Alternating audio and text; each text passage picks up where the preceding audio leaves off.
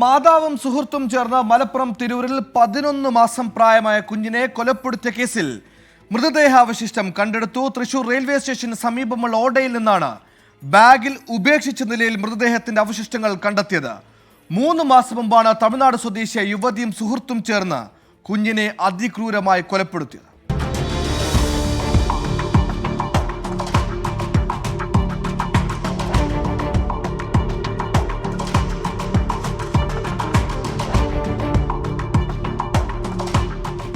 തമിഴ്നാട് പോണ്ടിച്ചേരി കൂടല്ലൂർ സ്വദേശിനി ശ്രീപ്രിയ 3 മാസം മുൻപാണ് ഭർത്താവിനെ ഉപേക്ഷിച്ച് കാമുകനൊപ്പം പോയത്.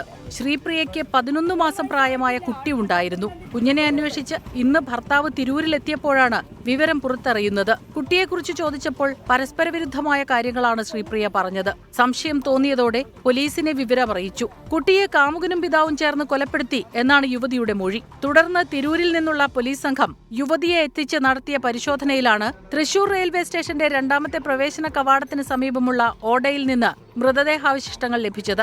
കുട്ടിയെ തിരൂരിൽ വെച്ച് കൊലപ്പെടുത്തിയ ശേഷം ബാഗിലാക്കി ട്രെയിനിലെത്തി ഇവിടെ ഉപേക്ഷിച്ചെന്നാണ് മൊഴി. മൃതദേഹം കുട്ടിയുടേതാണെന്ന് ഉറപ്പിക്കാൻ DNA പരിശോധന ഉൾപ്പെടെ നടത്തും. 2 മാസം മുൻപാണ് ഇവർ പുല്ലൂരിൽ താമസം തുടങ്ങിയത്. 24 തൃശൂർ.